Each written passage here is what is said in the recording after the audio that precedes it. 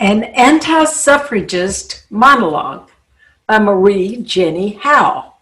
On August 18, 2020, women of the United States celebrate 100 years of being enfranchised as voters. A century earlier, the 72-year struggle to guarantee women the right to vote climaxed in a dramatic showdown in the Tennessee House of Representatives. A young member of the House switched his vote because of advice he had gotten from his mother. And that was the tipping point for the passage of the 19th Amendment to the Constitution. The amendment declared that the right of citizens of the United States to vote shall not be denied or abridged by the United States or by any state on account of sex. Among the tools the suffragists had at their disposal was theater, and numerous plays were produced in the decades prior to 1920 that helped make the case for women's suffrage. Unique among them was a monologue by Marie Jenny Howe that sharply lampooned an anti-suffrage speech. The anti-suffrage movement was, in some ways, no laughing matter. It was large and well organized and nearly won the day in Tennessee a century ago. The primetime players have divided the monologue among three speakers to convey the many faces of the fight for voting rights, even though in this case, the author makes her point through biting irony. We listen as each woman makes the case for why women should not have the vote. Please do not think of me as old-fashioned. I pride myself on being a modern, up-to-date woman. I believe in all kinds of broad-mindedness. Only I do not believe in women's suffrage, because to do that would be to deny my sex. Women's suffrage is the reform against nature. Look at these ladies sitting on the platform.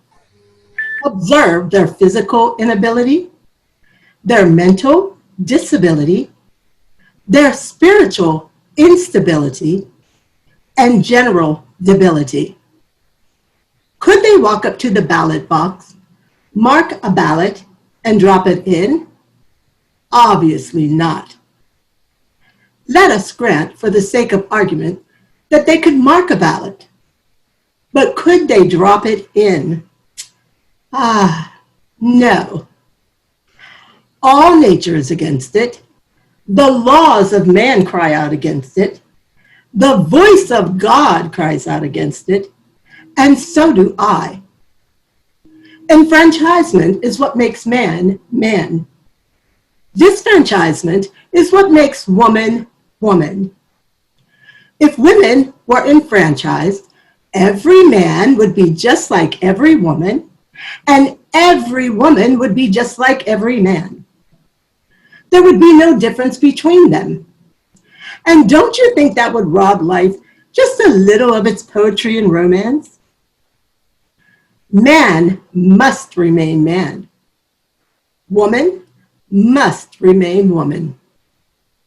If man goes over and tries to be like woman, and if woman goes over and tries to be like man, it will become so very confusing and so difficult to explain to our children.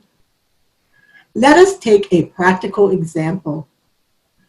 If a woman puts on a man's coat and trousers, takes a man's cane and hat and cigar, and goes out on the street, what will happen to her? She will be arrested and thrown into jail. Then why not stay at home? I know you begin to see how strongly I feel on this subject, but I have some reasons as well. These reasons are based on logic. Of course, I am not logical. I am a creature of impulse, instinct, and intuition. and I glory in it. But I know that these reasons are based on logic because I have called them from the men whom it is my privilege to know. My first argument against suffrage is that women would not use it if they had it. You couldn't drive them to the polls. My second argument is if the women were enfranchised, they would neglect their homes, desert their families, and spend all their time at the polls. You may tell me that the polls are only open once a year, but I know women. They are creatures of habit.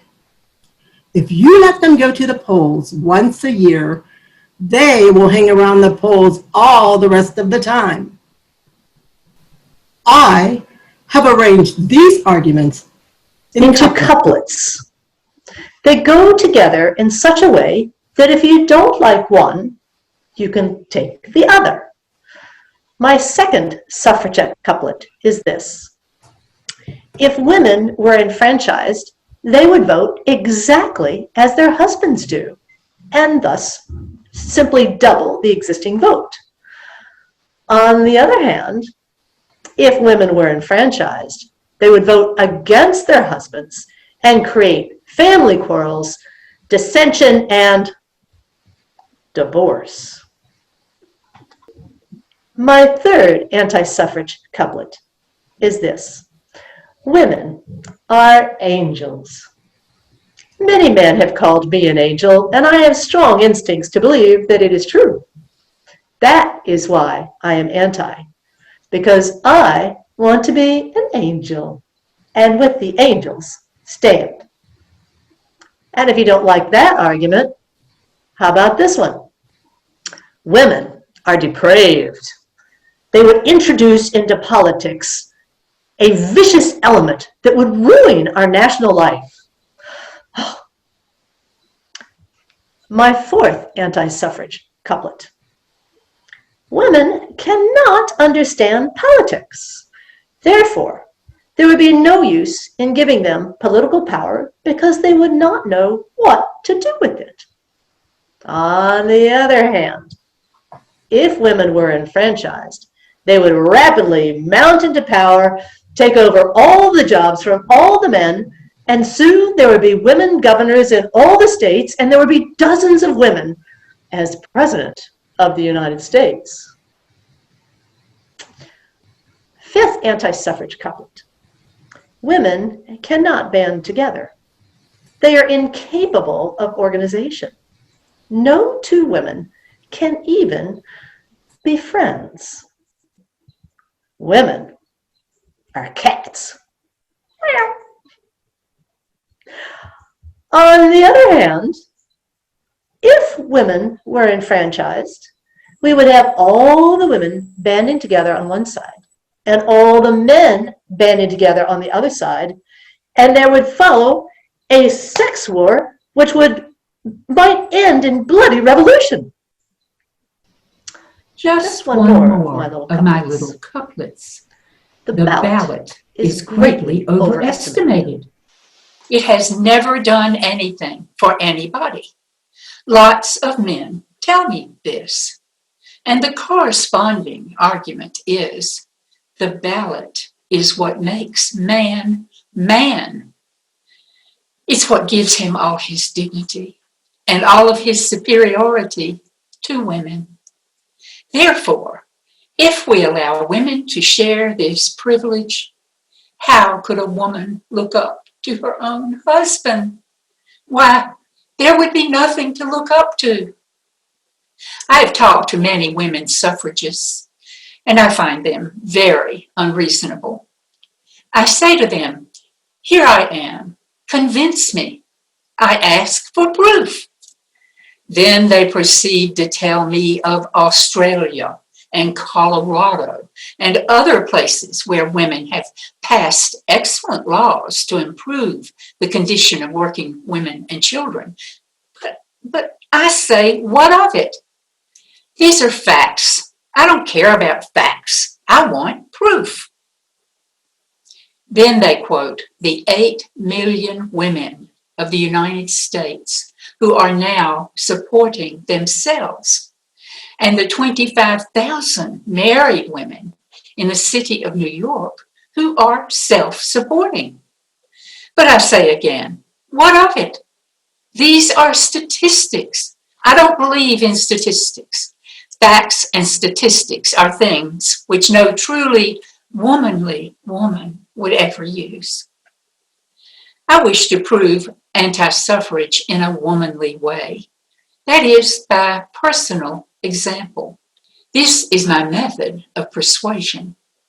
Once I saw a woman driving a horse, and the horse ran away with her. Isn't that just like a woman? And once I read in the newspapers about a woman whose house caught fire, and she threw the children out the window and carried the pillows downstairs. Does that show political acumen or does it not?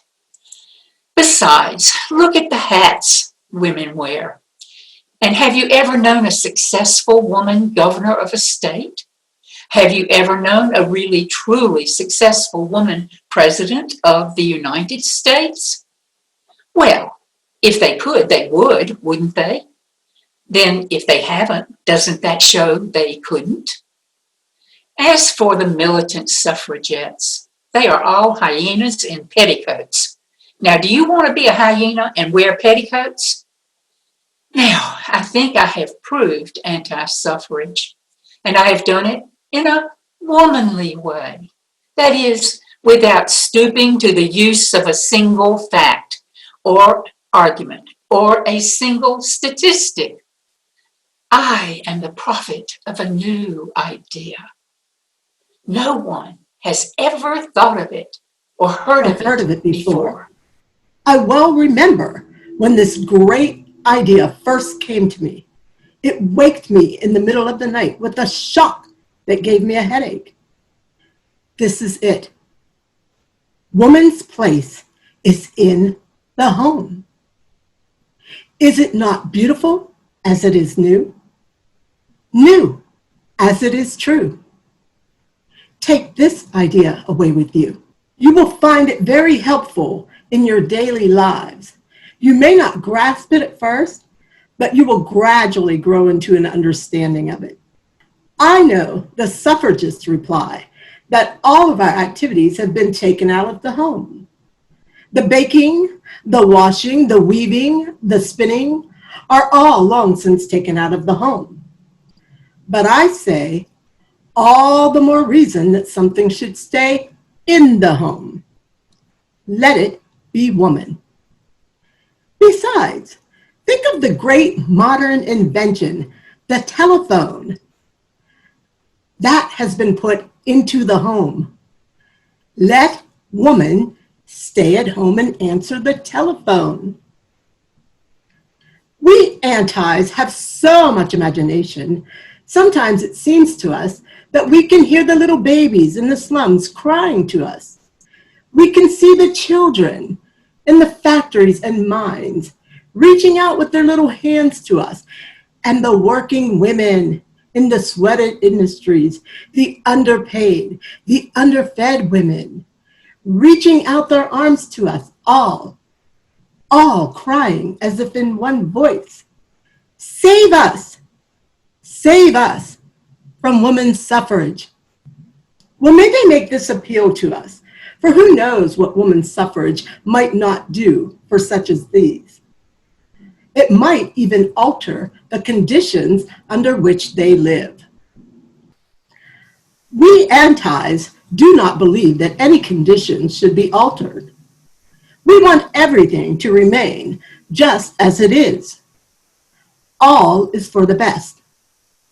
Whatever is right is right.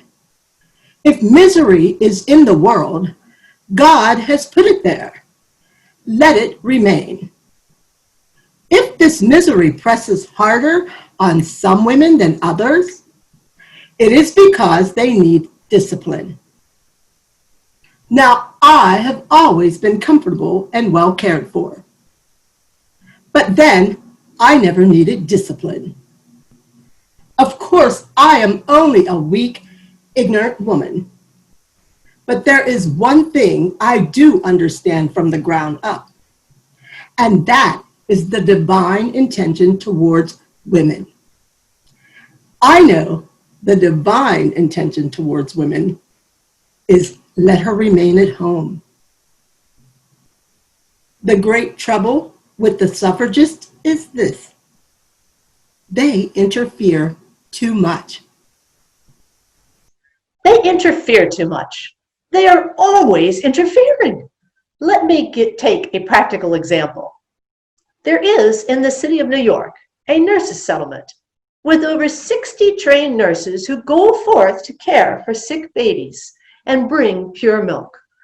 Last summer, only 2 or 3 babies died in this slum district around the nurses' settlement, whereas formerly hundreds of babies died there every summer.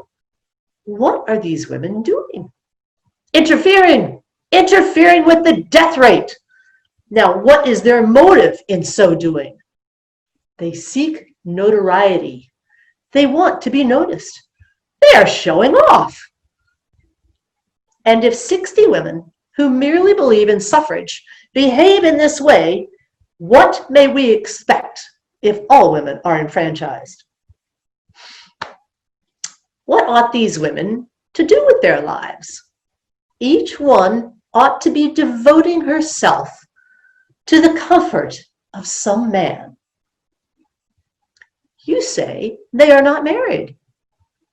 But I answer, let them try a little harder, and they might find some sort of man to devote themselves to. What does the Bible say on this subject?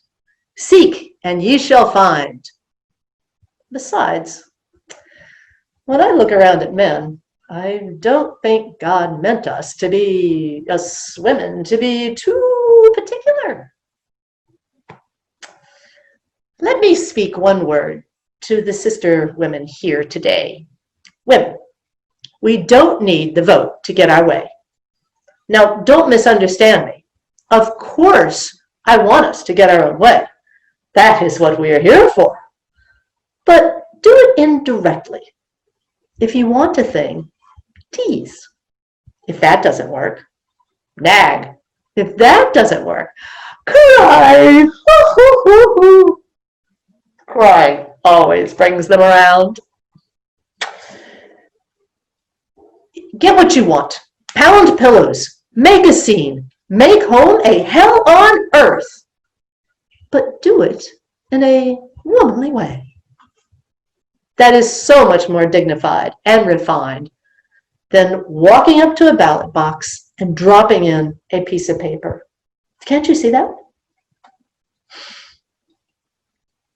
Let us consider for a moment the effect of women's enfranchisement on men. I think someone ought to consider the men.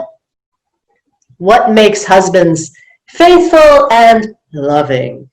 The ballot and the monopoly of that privilege. If women vote, what will become of men? They will all slink off drunk and disorderly. We antis understand men. If women were enfranchised, men would revert to their natural instincts of regicide, matricide, and patricide. Isn't it our duty to refrain from a thing that might lure men into such destruction? It comes down to this. Someone must wash the dishes. Now, would you expect man, made in the image of God, to roll up his sleeves and wash the dishes? Why, it would be blasphemy. I know that I am but a rib, and so I wash the dishes. Or I hire another rib to do it for me, which amounts to the same thing. Let us consider the argument from the standpoint of religion. The Bible says, let the women keep silent in the churches. Paul says, let them keep their hats on for fear of the angels. My minister says, wives, obey your husbands. And my husband says that woman's suffrage would rob the rose of its fragrance and the peach of its bloom. I think that is so sweet. Besides, did George Washington ever say votes for women? No. Did the Emperor Kaiser Wilhelm ever say votes for women? No. Did Elijah, Micah, Hezekiah, Obadiah, and Jeremiah ever say votes for women? No. Then that settles it. I don't want to be misunderstood in my reference to woman's inability to vote. Of course, she could get herself to the polls and lift a little piece of paper. I don't doubt that. What I refer to is the pressure on the brain, the effect of this mental strain on woman's delicate nervous organization and on her highly wrought, sensitive nature. Have you ever pictured to yourself Election Day with women voting? Can you imagine how women, having undergone this terrible ordeal with their delicate systems all upset, will come out of the voting booths and be led away by policemen and put into ambulances while they are fainting and weeping, half laughing, half crying, and having fits upon the public highway? Don't you think that if a woman is going to have a fit, it is far better for her to have it in the privacy of her own home? And how shall I picture to you the terrors of the day after election? Divorce and death will rage unchecked. Crime and contagious disease will stalk unbridled through the land. Oh, friends, on this subject, I feel so strongly that I cannot think. I feel so strongly that I can not think.